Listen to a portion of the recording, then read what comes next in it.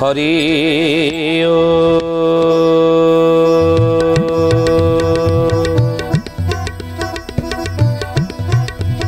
ओम भूर्भुवः स्वः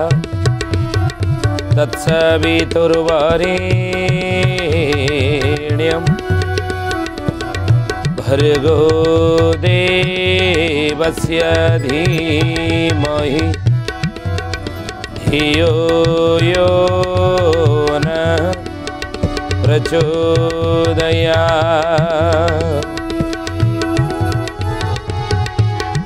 नमस्ते अच्युतानन्दं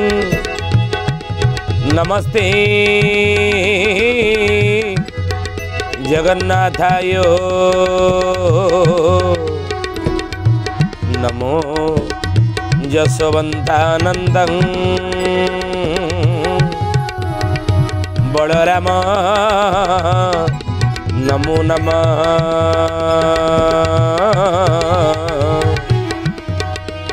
बलराम नमो नमः। बोलिए महापुरुष अच्युतानंद जी की जय।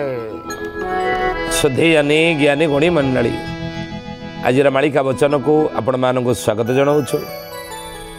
आज मालिका वचन रे आमे आलोचना करिया जाउछि। महापुरुष अच्युतानंद मालिकार नाम है चकड़ा मणाण। महापुरुष अच्युतानंद कौन कहले ना देवा देवी माने अपूज्य होइबे कलिंगासुर आसीब कलिंगासुर आसीब अपाळ कहेब ओडिशा राइज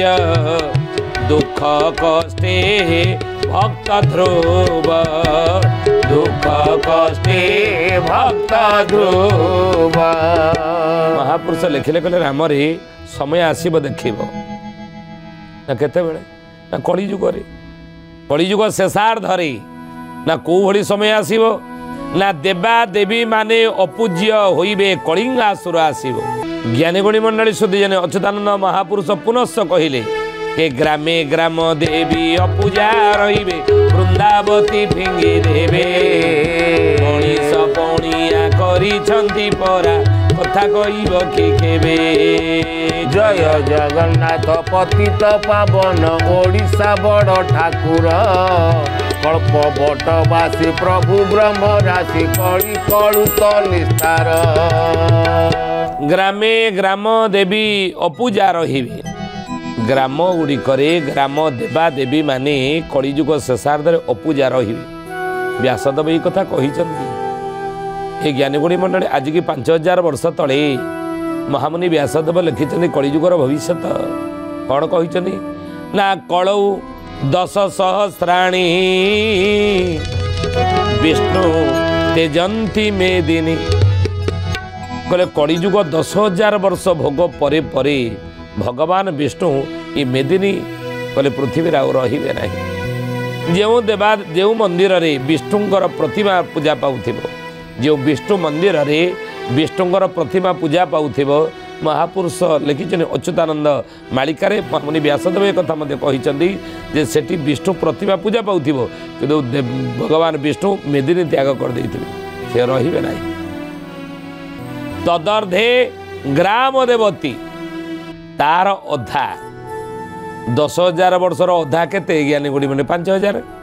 तेणु 5,000 वर्ष कलिजुग भोग होला बेलू ग्राम देवती माने गाँव रे रे ना विभिन्न गाँव में आपण सब देखुवे ग्राम देवती माने पूजा पाऊना कि ग्राम ग्राम देवती माने महापुरुष मालिकार जहाँ लिखिं व्यासदेव कही या 5,000 वर्ष कलिजुग भोग बेले गाँ देवती दिय देवता माने ग्राम रे रे ना। तदर्धे जाह्नवी गंगा से 5,000 अधा व्यासदेव कहले अधा हेले केते हेला ना 2,500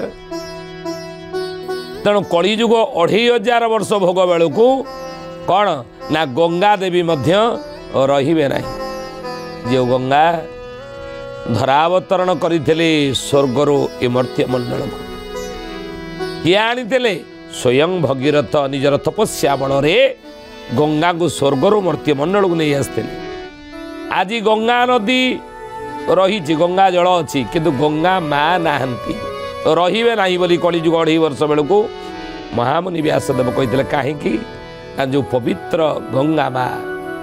आम ताको से बड़ी पवित्र रखिले ना तार मर्यादा रखिले तार सम्मान रखीचे ना किति कठिन तपस्या करिया को पड़ता भगीरथ को स्वर्गर मंदाकिनी गंगा को आने कपिल महामुनि अभिशाप निजर पूर्वज मान को उद्धार करने भगीरथ घोर कठोर तपस्या कर गंगा को आनी कि से ही गंगा को आम अपरिष्कार कले गंगा जल आम शव पकईले भसईले नहीं अवर्जना सब तारी ऊपर भीतर पकईले तेणु गंगा नदी आज थी पारे कि गंगा माँ नहांती कहीं महापुरुष लिखि अच्युतानंद से कथा व्यासदेव कही तदर्थे जाह्नवी गंगा माँ आउ रे ना से कथा महापुरुष कहे ग्रामे ग्राम दिय अपूजा रे वृंदावती गाँव में दिय देवता मैंने अपूजा रे अपूजा रे गाँव में दिय देवता मैंने रे ना से समय महापुरुष कहते मालिकारे कहले खुद कुंडा खाई बंचीबे भकत आंभ आश्रे करिथिबे आंभ आश्रे करिथिबे हे सुजने आंभ आश्रे करिथिबे विकास भेड़ को प्रकाश होइब केही तांको न चिन्हिबे सुण सुजने गुणी बेड़ काल आसी लाणी हे सुण सुजने गुणी मन देखिए शुणु ए कथा शिष्य रामचंद्र पचारिदेले कहले गुरुदेव गाँव दिय देवता माने जदि अपूजा रे पूजा पाइबे नहीं ताले तार प्रभाव संसार उपर कौन पड़ो कि बोलिए महापुरुष अच्युतानंद जी की जय। शुद्धि जानी ज्ञानी गुणी मंडली आज मालिका वचन रे आम आलोचना करुचे विषय कौन ना महापुरुष अच्युतानंद मालिकार नाम है चकड़ा मड़ाण ये चकड़ा मड़ाणर पद कौन ना देवा देवी माने अपूज्य होइबे कलिंगासुर आसीब कोरोना आसिला कलिंगासुर से समय देवादेवी मैंने अपूजा रहिले आहरी हे ज्ञानी गुणी मंडली आजिकाली को मंदिर रे ठीक समय नीति हो ना विभिन्न ग्राम देवती मंदिर रे हो बा जी देवता मंदिर रे हो आज नीतिकांति कौन ठीक समय सब करुँच ना आउ न करने फल गाँव रे ग्राम देवती अपूजा होइकी पड़ती नीति लो जाई फूल आलो जाई फूल कली जुगर ए रीति जाई फूल से तो कली जुगर ए रीति जाई फूल आलो जाई फूल से तो कली जुगर ए रीति जाई फूल। अच्युतानंद महापुरुष कहले राम रे गाँव रे ग्राम देवती अपूजा होइकी पड़ती नीति गाँव रे दिया देवता माने अपूजा होइकी बेले बेले पड़ुना कि सकाळे पूजा पाइबा कथा माँ मंदिर बा ग्राम देवती सकाळे पूजा पाइबा कथा स्नान करने कथा सकाळे गाधाती किंतु देखिए कौन करवा डेरी हो जाए 12टा बाजिला 12टा हेल्ला कौन ठाकुर बड़ी जाऊँ कौड़े मंदिर छाड़ी ठाकुर बड़ी जाए ना आजिकल लोक कहते भावुन या दिन 12टा बेले 3टा बेले संध्या बेले स्नान कर गाँव दिया देवता ग्राम देवी की हेले कहीं देवादेवी मैंने आउ सेठी रही ना तेणु ये तो कलिजुगर कलिजुगर लोक मैंने विज्ञान मिछ द्वाही दे आज देवादेवी नीतिकांति विभ्राट करेंगे बोली अच्युतानंद 600 वर्ष तले मालिकार लिखिले आउ से समय जदि गाँव में दिय देवता माने ग्राम देवती मैंने अपूजा रे ताल प्रभाव कौन पड़ो समाज उपर ना खुद कुंडा खाई बंचीबे भकत आंभ आश्रे करिथिबे से खाद्य संकट देखादेव संसार रे खाद्य संकट देखादेव यदि गाँव ग्राम देवती माने अपूजा रहिले विकास बेल को प्रकाश होइब केही तांको न चिन्हे ये विकास बेले सत्ययुग आसुची सत्ययुग आसिले एई लीला गुड़िक संसार प्रकाश हेब खाद्य संकट देखादेव रोग व्याधि जोरे बाड़ी आसब एवं जानबाहन दुर्घटना मृत्यु संख्या बढ़ युद्धर घनघटा लगी रही गाँव में देवादेवी मैंने अपूजा रही बुझे महापुरुष से मालिकार लिखिले कहले बारण बेलारे शरण पशिबो भक्त राम दास तोहि भक्त राम दास तुही हे सुजने भक्त राम दास तुही ब्रह्म ज्ञान मान कही देलु तोते सर्ववृत्तांत बुझाई शुण सुजने गुणी बेल काल आसी लाणी हे शुण सुजने गुणी बोले बारण बेल को शरण पशिबु शुण रामदास तोई ये बड़ी समय रे महापुरुष कहले तू शरण पशिबु प्रभुंकर पाद तले कहीं ना भक्त नाना कषण बढ़िब अर्ण जल न मिलिब माता सुतरणी भक्त लीला शुणी इंद्र पृथ्वी न पालिब इंद्र पृथ्वी न पालिब हे सुजने इंद्र पृथ्वी न पालिब इंद्र पृथ्वी न पालिब हे सुजने इंद्र पृथ्वी न पालिब बोले सही समय भक्त को नाना कषण पड़ब अर्ण जल न मिल बाबूरे से समय भक्त माने मध्य अनेक दुख कष्ट दिन बंचुवे कहीं ना कषण पड़ भक्तों उपर कषण पड़ आ किभली कषणटा केते भयानक हम अर्ण जल न मिल अर्ण कहले खाद्य जल ये दीटा भक्त को मिल ना आईना मिलूँ ये सब खाद्य जल मिलूनी कि न मिलवा पर्यटन अपेक्षा कर कहले रामरे से कौन हम जाचु ना कौन ना अलौकिक लीला मान जगते व्यापीब बाबू जगते व्यापीब सेते बेले मोर सेवा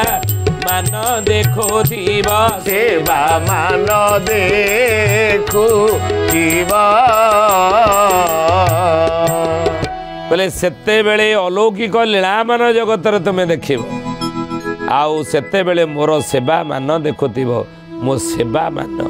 मोर सेवा मोर नीति मोर कांति सब किमिति संसार चलुथिबो राम तू सेते देखिबु देउल दुआरे कंटा बाड़पति बोलिबे नगड़ा माली देउल दुआरे कंटा बाड़पति माली गड़िबा दरकार नहीं पूजा पाठ करवा दरकार नहीं कारण विज्ञान मिछ द्वाही देई कली जुगरे सेतबेले आधुनिकतार चाकचक्य भितरे अपसंस्कृति को ग्रहण करी आधुनिक मनीष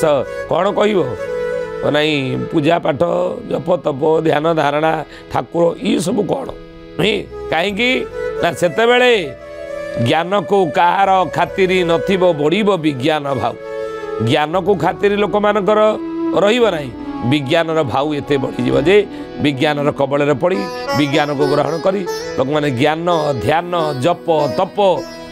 तप ज्ञान ध्यान ही जीव एक पाद कड़ी कड़ी रे थिबो कहले ज्ञान जीव ध्यान जीव जप जीव तप जीव पूजा जीव पाठ जीव सब मनीष छाड़ी जीव विज्ञान द्वाही देई ये गुड़ी को लोक कई ग्रहण करेंगे ना आपणेबे ना यही बाटर कई जी ना आउ से समय रे एक पाद धर्म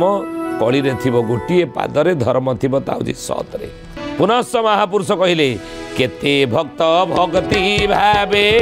से बीण चरण बाबू से बीण चरण कन्या राजा खंट प्रजा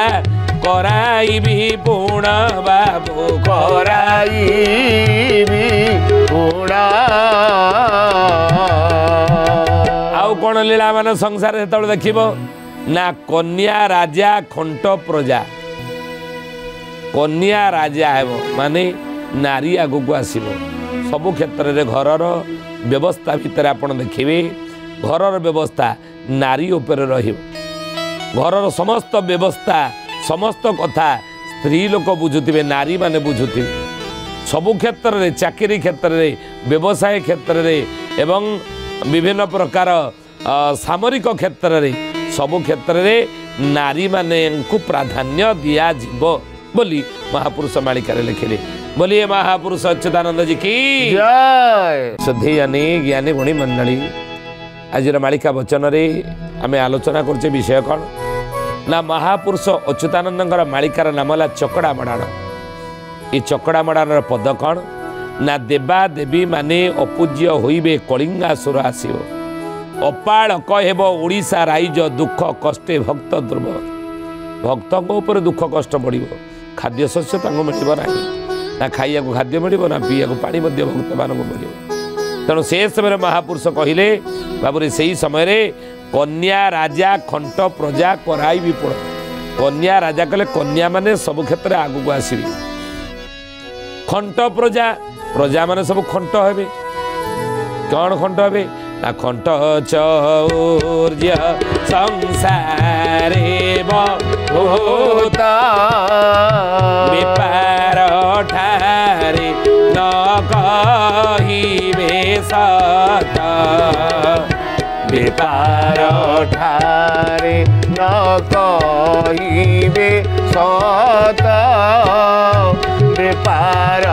ठारे न कहिबे सत। खंट चौर्य संसारे बहुत बेपार ठारे न कहिबे सत्य। जो बेपार आप देखुना कोई सत अच्छी जहाँ महापुरुष मालिकार लिखिते अक्षर अक्षर देखो सत नहीं। जो बेपार पटे आप लुगा दुकान को जी परिवा दुकान को जी ग्रोसरी दुकान को जी चारिड़े आप देखो सब डुप्लिकेट बाहर ये 1 नंबर हरड़ जाई ये 2 नंबर हरड़ जाई ये 3 नंबर हरड़ जाई ये 1 2 3 कौन विभिन्न प्रकार रही असली नकली। आज आप देखो सब जाक डुप्लिकेट बाहर डुप्लिकेट चाउल बाहर प्लास्टिक चाउल डुप्लिकेट प्लास्टिक बंधाकोबी ही बाहर नहीं डुप्लिकेट आउ नकली औषध बाहर नहीं। जो औषध आप चाषीटी किणुची किणिकी ताकू बिलरे सब फसल उपर पकाउची तादर कीटाणु मरुना देखिए फसल अरे जो औषध से पकाउची कीटाणु मारिया से मरुना पोक मरुना कहीं सी भेजाल तेणु सबू भेजाल कहीं महापुरुष लिखिले मालिकारे खंट चौर्य संसारे बहुत बेपार ठारे न कहिबे सत सत कौन बेपार रही सबू डुप्लिकेट सबू भेजाल कलिजुग आउ से महापुरुष कहले ना जाज नगर ठारो नीला चल धाम जाए नीला चल धाम जाए कंपी उठिब जगत लोके हेबे क्षये बाबू लोके हेबे क्षये। जाजनगर ठारू नीलाचल धाम जाए जाजनगर नीलाचल गले पुरी जाजनगर नीलाचल पर्यंत कौन हम कंपी उठिब जगत लोक हेबे क्षय। ये जगत से कंपी उठिब लोक क्षय हे बहुत यू ये जागे बहुत क्षय हे बोली मालिकार महापुरुष लिखिले। पुणी कहले जे तीन जिगो लांजा एका बेलके पड़ब एका बेलके पड़ब आकाश मंडल धूम्र वर्ण प्रकाशिब धूम्र वर्ण प्रकाशिब। बोले 3 दिगु लांजा एका बेलके पड़ब गोटे दिग नुह 3टा दिगरु लंजा नक्षत्र पृथ्वी उपर पड़ो आउ से समय पड़े आकाश मंडल धूम्र वर्ण प्रकाशिब। ये आकाशटी धुआलिया वर्ण बारंबार एक कथा कहून कि धुआलिया वर्ण हो लंजा नक्षत्र पड़ा पड़ो नक्षत्र लंजा पड़ो लवण जले बुड़ब एक कथा आर्तदास आर्तदास मालिका लिखिछन। आ कहले आकाश रे सुदर्शन चक्र ही बोलिब बाबू चक्र ही बोलिब संसार मध्य पड़ी दुष्ट को नाशिब बाबू दुष्ट को नाशिब। बोले आकाश अरे कौन हम आकाश मंडल धूम्र वर्ण प्रकाशिब आकाश रे सुदर्शन चक्र ही बुलिब आउ संसार मध्य पड़ी दुष्ट को नासिब ई समय रक्षा पाइबे किए ना दया धर्म सत्य शांति भावे जिए थिबे बाबू भावे जिए थिबे